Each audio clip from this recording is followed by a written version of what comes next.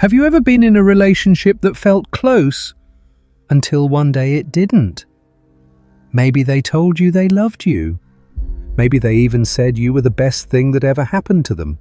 And then, seemingly out of nowhere, they pulled away. They said things like, "I just don't feel it anymore," or "I need space," and you were left standing in the emotional rubble, confused, heartbroken, and asking yourself what went wrong.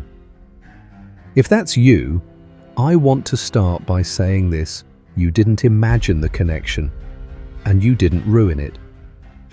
What you experienced may have been an avoidant discard, and today we're going to talk about why that happens, what it means, and most importantly, how to make sure you never go through it again. I'm Jim Rohn, and in this video we're going to unpack one of the most confusing and painful dynamics in modern relationships when someone with an avoidant attachment style forms an intense bond with you, and then suddenly disconnects emotionally, shuts down and walks away. We'll look at what triggers the discard, why avoidants struggle to bond beyond the honeymoon stage, and how their unhealed shame makes real love feel threatening, not safe. But more than just understanding them, I'll show you how to come back to you. We'll talk about how to protect your peace, set healthy boundaries, and stop over-functioning in relationships that lack emotional safety. If you've ever felt abandoned after giving your whole heart, this video will give you answers, and better yet, it will give you tools. So if you're ready to break the cycle of anxious chasing and avoidant withdrawing, hit subscribe and stay with me to the end, because clarity isn't just healing, it's freedom. Let's talk about one of the most painful and disorienting experiences you can have in a relationship: the moment someone who once seemed deeply connected to you suddenly pulls away and ends it, often without warning. One week you're laughing together, making plans, maybe even hearing things like, "I've never felt this way about anyone before." And the next, they're distant, cold, saying things like, "I don't know what happened. I just don't feel the same anymore." This sudden shift is known as an avoidant discard. And while it can feel deeply personal, like something you did caused the connection to break, the truth is it's not about you. It's about them and the emotional system they've built to protect themselves from what they fear most: true intimacy. Avoidant individuals are often drawn to the beginning of a relationship, the so-called honeymoon phase, because that's where they feel safest. In those early weeks or months, everything is light, fun, and full of possibility. There are no real expectations yet, no vulnerability required. It's a space powered by dopamine brain chemistry that thrives on novelty, flirtation, and excitement. And because avoidants often confuse dopamine with love, they genuinely believe what they're feeling is deep and lasting. But here's the catch: dopamine fades. Biologically, it begins to level off around the 4 to 8 month mark in most romantic relationships. That's when the shift is supposed to happen from infatuation to bonding, from excitement to emotional safety. This is when oxytocin and other bonding chemicals start to play a bigger role. And that's where the avoidant partner's nervous system starts to panic. Suddenly, emotional closeness doesn't feel romantic anymore, it feels dangerous. Commitment starts to feel like a trap. Expectations feel like pressure. Any normal relationship conflict can start to trigger an intense inner fear of being seen too closely, being needed too much, or being expected to show up emotionally in ways they never learned how to. For someone with an avoidant attachment style, these moments hit an old wound usually formed in childhood. Often they grew up in environments where emotional needs were dismissed, ignored, or even punished. Maybe love felt conditional. Maybe vulnerability led to rejection, shame, or being told to be strong or stop being so sensitive. So they learned to shut down, to stop needing, to build emotional walls and rely only on themselves. As adults, this wound doesn't disappear. It just hides underneath the surface until a relationship becomes too emotionally intimate. And then, their system interprets intimacy not as safety, but as danger. The closer someone gets, the more exposed they feel. And instead of staying and talking through their discomfort, they withdraw. Fast. Sometimes silently. Often without warning. Because for the avoidant, leaving feels safer than being fully seen. Let me give you an example. Imagine someone named Sarah who's been dating Matt for 6 months. Things are going well, at least from her perspective.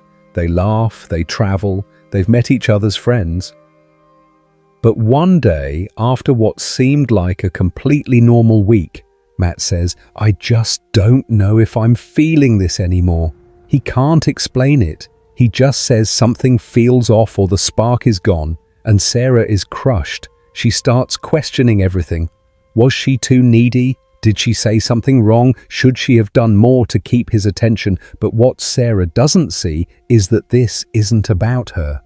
Matt's internal emotional system got triggered not by her actions, but by his own wiring. Her emotional availability started to feel like a demand, even though it wasn't. Her love started to feel suffocating, not because it was too much, but because he never learned how to receive it safely. The discard isn't always dramatic. Sometimes it's slow and subtle, a gradual emotional withdrawal. Other times it's swift and disorienting. But the result is the same. The avoidant partner pulls away to protect themselves from perceived emotional threat, even when that threat is love itself. So when avoidants say something's missing, what they often mean is, "I've reached my limit for closeness, and I don't know how to stay without feeling like I'm losing myself." But they rarely say that out loud. Instead, they disconnect emotionally, shut down, or leave altogether, leaving their partner confused, heartbroken, and searching for answers in the wreckage. Understanding this dynamic doesn't make the pain go away, but it does offer something essential: clarity. It helps you stop blaming yourself. It helps you see that their retreat wasn't a reflection of your worth, it was a reflection of their fear. And that clarity is where your healing begins. Now that we've looked at why avoidants discard so abruptly, let's go even deeper into why they don't bond in the first place, at least not in the way many of us understand bonding. At first glance, avoidant individuals might not seem emotionally disconnected. In fact, in the early stages of a relationship, they can be attentive, flirtatious, even romantic. They might say the right things, plan thoughtful dates, and give off the impression that they're all in. But if you pay close attention, there's often a subtle wall there. They're present, but only to a certain depth. That depth is usually limited by one powerful belief system they carry from childhood: emotions are not safe. Avoidants often grow up in homes where their physical needs were met. They had food, shelter, maybe even good education. But when it came to emotional safety, feeling seen, heard, comforted when sad or scared, those needs were ignored, dismissed, or invalidated. Maybe their caregivers were emotionally distant, overwhelmed, or simply didn't know how to model intimacy. As children, avoidants received the message that vulnerability was inconvenient or even shameful. So they learned to adapt the only way they could, by shutting it down. As adults, this early emotional training has a direct impact on their ability to bond. And much of that comes down to brain chemistry. In secure relationships, the initial rush of dopamine, infatuation, excitement, newness slowly gives way to bonding hormones, especially oxytocin, which creates feelings of connection, trust, and empathy. Oxytocin is what helps people stay emotionally engaged even after the novelty fades. But avoidants often struggle with oxytocin bonding. Their nervous systems are trained to stay guarded, not open. Vulnerability, which activates oxytocin for securely attached people, actually triggers alarm bells in avoidance. Their body reads closeness as a threat, and instead of bonding, they disconnect. Even though they may crave love on the surface, their internal wiring doesn't allow them to receive it without fear. And when that fear is triggered, especially through emotional conversations, expectations, or even a partner simply needing them, they default to what they've always done. They pull away, suppress, avoid. This inability to bond deeply isn't about a lack of interest or care. It's about shame and fear. Most avoidant individuals carry a deeply buried belief that if someone really saw them, not just the curated version, but their inner world, they'd be rejected, abandoned, or judged. This is why commitment feels overwhelming. This is why closeness feels like exposure. The deeper someone gets emotionally, the more the avoidant starts to panic. You'll often see this in relationships after a big milestone, after saying, "I love you," after moving in together, or after sex. The avoidant may seem off afterward, not because they don't care, but because their nervous system is trying to cope with a level of intimacy that feels unsafe.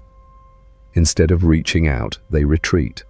Instead of talking about it, they shut down. They may go cold, distant, or even irritable because it's easier to create space than to sit in the discomfort of being emotionally seen. And when they're in this triggered state, avoidance can seem shockingly unempathic. Their walls go up so fast that they lose access to your emotional experience. This is where many partners get hurt the most. Because after sharing vulnerability, it feels devastating to be met with silence, indifference, or even frustration. But this isn't about cruelty, it's about emotional survival. When their system gets overwhelmed, they zero in on one thing, protecting themselves. Unfortunately, that often means ignoring or invalidating your pain. Here's the hard truth: people who fear vulnerability will always sabotage real connection. Not because they don't want love, but because they don't feel safe enough to stay in it. And until that core wound is addressed, no amount of reassurance or patience will fix the dynamic. You can love them with everything you have. You can show them safety, loyalty, softness. But if they're not doing the inner work to become emotionally available, you'll keep hitting the same wall. So if you've ever felt like you were bonding only to have the other person retreat or go numb, remind yourself it wasn't because your love wasn't enough. It's because they never learned how to receive it without fear. And that's not something you can fix for them. If you've ever been through an avoidant discard where everything felt right until it suddenly didn't, then you already know how disorienting it is. One moment they're warm and engaged, the next they're distant, cold, or gone altogether, and you're left picking up the pieces wondering what you could have done differently. Here's the truth: you don't have to go through that again. But it starts with a shift from trying to manage someone else's emotional discomfort to fiercely protecting your own emotional well-being. The most important thing you can do moving forward is set and maintain strong personal boundaries.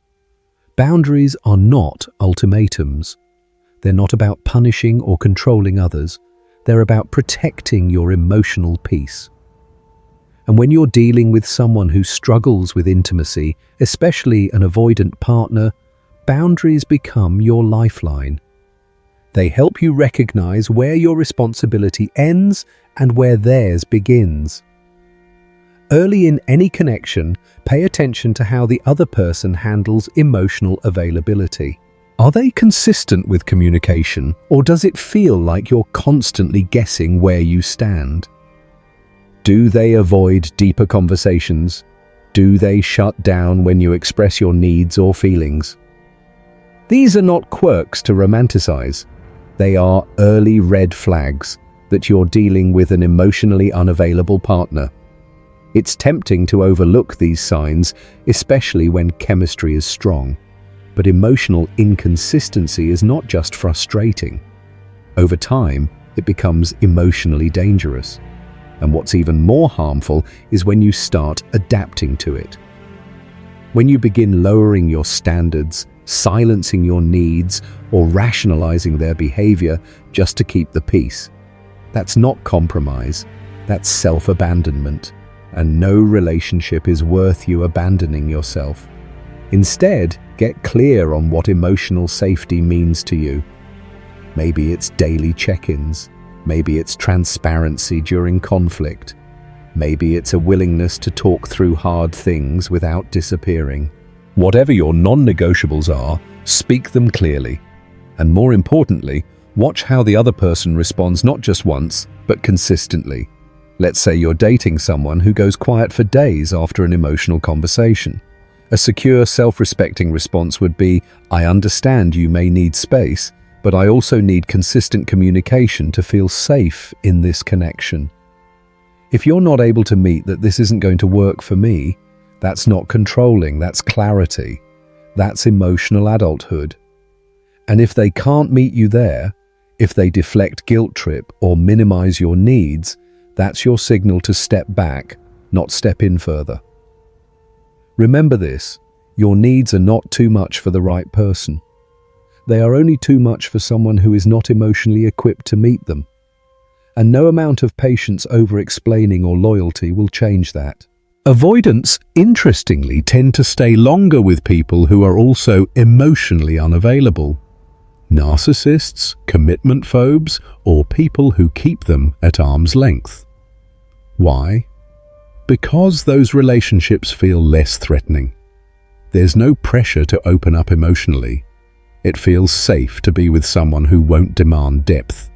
But when they meet someone emotionally healthy, someone who wants real intimacy, their defenses go up.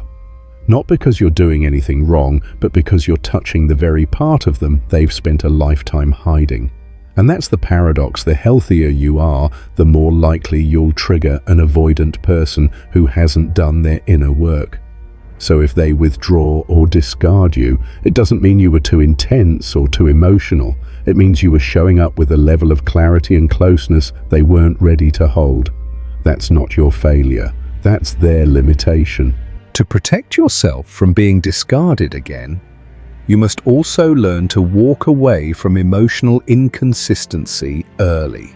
Not after the fourth disappointment, not after another maybe someday promise, but the first time someone shows you that they're not willing to meet your emotional needs and take accountability for how they affect you.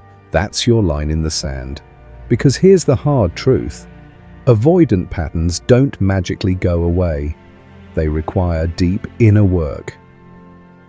Therapy, self-awareness, a willingness to sit with discomfort and build emotional muscles they've spent their whole life avoiding.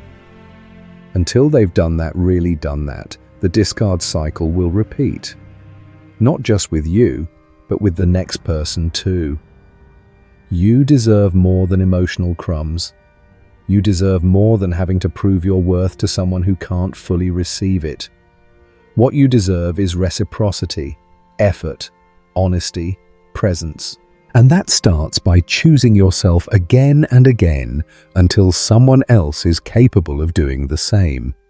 Let's bring everything together with some key takeaways. Truths that might feel heavy at first, but will ultimately lighten your emotional load and guide you toward more secure, fulfilling relationships.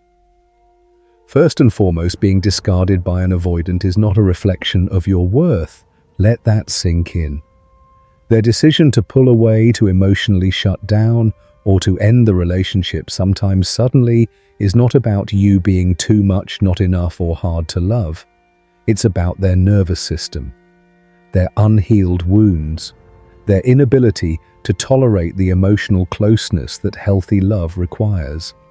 Avoidants often carry deep, unspoken shame. They grew up learning that vulnerability was unsafe, that needing others was weak, that love came with strings or expectations they could never meet. So as adults, when real intimacy begins to form, it doesn't feel comforting, it feels threatening. Their system goes into self-protection mode. And the discard isn't calculated, it's instinctive. They may not even fully understand what's happening inside them, but you feel the impact nonetheless.